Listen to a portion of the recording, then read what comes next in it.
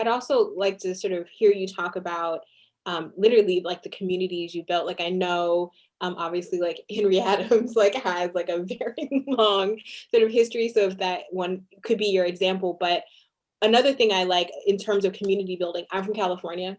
Mhm. And there are things about California history I have literally only read in your books. So I have a lot of bones to pick with my old teachers.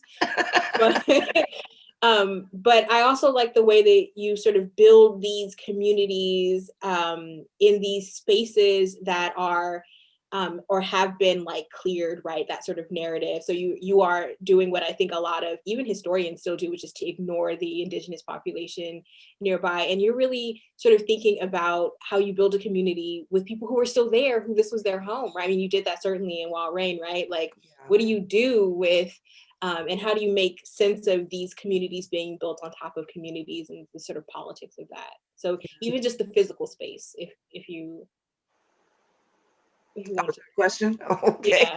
I said we're gonna do what we do, but I mean, I really like that these are like physical spaces that feel real, right? So Yeah. it's not just the people; it's literally sort of thinking about the kind Well, of well,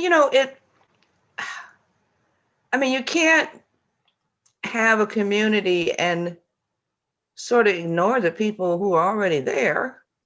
And I think too that that goes with my trying to make sure that the history of the other marginalized communities is also told.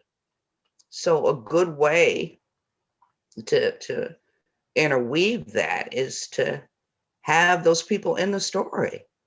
Um, in Vivid, you've got the lacrosse game, and I don't know if you've read Vivid, but there's a huge lacrosse game.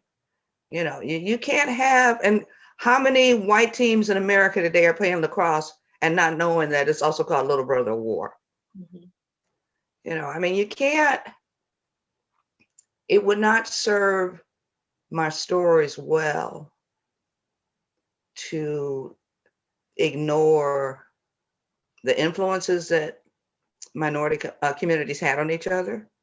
Um, Even when, because people have this idea about the Buffalo Soldiers being, so pro-Indian and all that. They were not. I mean, they were just, regular army guys who thought they were savages in most cases too.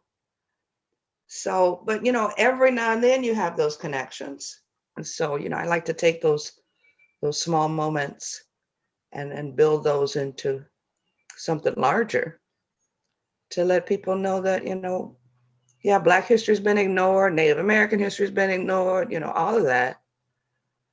And it makes for good storytelling, I think, especially when you're telling people stuff that they be like, ooh, I need to look that up, So, so I'm educating and I'm entertaining, and like I said, the word is edutainment, entertainment and education.